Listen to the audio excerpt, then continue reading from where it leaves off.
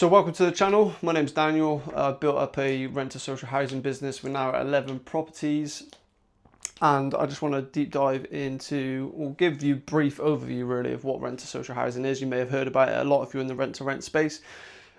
Not really a new strategy, just becoming more popular now, and I think this is the way that the rent to rent market is going to shift. And if you can get ahead of the game and learn this strategy, it is by far the best strategy. Hands down, it's better than rent to HMO and rent to SA, in my opinion, for a hands-off scalable business.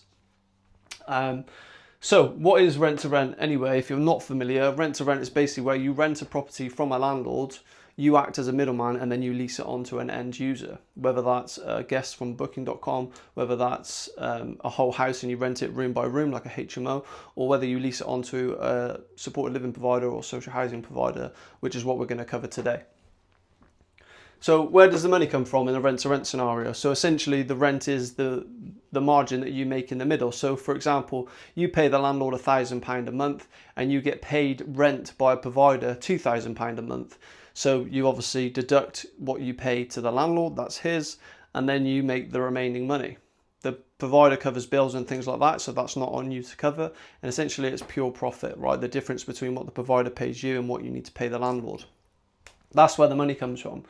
The role of the provider is that they are your tenant, okay? And they provide what it is that we provide to the landlord essentially. So as a rent to rent business, if you've been involved in the rent to rent space, you know the pitch, you know what it is that we're offering the landlord. We're offering them a long-term agreement. We're offering to obviously take care of their property, and oftentimes we take care of minor maintenance bits as well. They've got a long-term agreement with us, and they've also got what we call as guaranteed rent, right? So whether we've got voids or not, we still have to pay their rent. We're still obligated to pay their rent contractually. So that is the main points of what we offer landlords. It's hands off. They've got essentially no management with us, right? We handle everything. And what we're getting from a provider is that thing exactly. So why wouldn't you want to lease the property that you control to a provider whereby they offer you all the benefits that you're already offering to the landlord, right? So that's why it's so great working with providers. It's also a very nice feeling to be able to know that you're providing housing for providers who really do struggle to find properties for their service users and provide the services that that we really need in society. So there are a lot of disabled people, there are a lot of children in care, there's a lot of people that are sleeping rough on the street, and providers are excellent at providing care, but they're not specialists, or they're not that great essentially at finding properties for their service users and for their business. So this is where we can step in and we can really help with them, right? So why would landlords agree to work with somebody like us and have a supported living provider in their property? Now, it's the same essentially as what we would pitch for normal rent to rent, right? They're getting exactly the same thing. However, social housing has been around for a very long time. So the idea of saying to a landlord that you're going to be putting their property on Airbnb and there's going to be guests coming and things like that, and cleaners are coming in and out and stuff like this, it's a business model that you're trying to explain to them. It may be fairly new to them.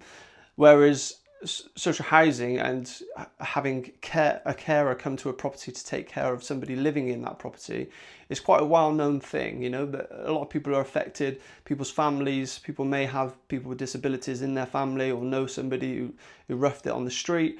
May know children in care, maybe know what fostering is and things like that. So people are sort of familiar with this care element, because a lot of people, once they reach a certain age, have been affected by this in some way in their lives. So it's a more empathetic cause. And it's a nice feeling as well for a landlord to be able to give their property for that good. Landlords get a lot of scrutiny, and I think this is a way of them feeling like they're giving back, and it's definitely the case. We've done numbers, we've done lots of deals now, and being able to pass a property over to a provider and see the service users actually come and view the property, and seeing how excited they are to move into this new house, because we find really nice houses for our clients. So it's a really rewarding part when you can tie up a deal like this and see the impact that it's going to be having on these service users, and that also trickles down to the landlord. So landlords are on board. Getting properties in this strategy is not an issue whatsoever. The issue is, and what most people go wrong, is partnering with the right providers, right, and actually finding the providers. A lot of people, when they approach this strategy, they may come across properties, or they may start looking for properties first, and that's completely the wrong order. So how you need to approach this strategy is finding the provider first and onboarding them. What we like to do is reach out to them directly and arrange a Zoom call. Once we get them on a Zoom call, then we find out what it is that they want and they require and who they care for. So we're trying to find out about their business, understand their goals, how they want to scale.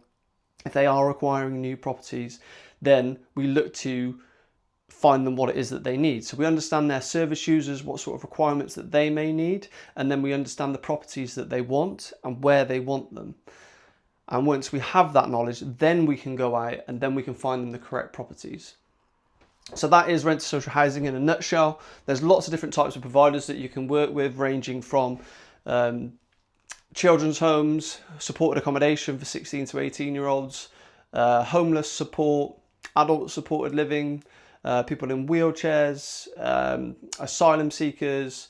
There's a huge range of different providers that cater for different types of service users. So finding providers is a really key thing, and understanding where you want to go with it and what type of provider that you want to work with is something as well that you should think about. And that's where some people can go wrong as well sometimes. So there are certain providers that can pay more than others, and obviously we want to be working with the ones that are, one, proactive, and secondly can pay the margin essentially to make it reasonable for us to do business, because we're in this as a business, right? The landlord needs to receive a decent, fair market value rent. We also need to be able to put our margin on there to make it worthwhile. We are in business essentially, and then it also needs to work for the providers. And then there's certain providers that can pay above the odds, and I'll cover that in another video. So hopefully you enjoyed that little overview of what Rent to Social Housing is.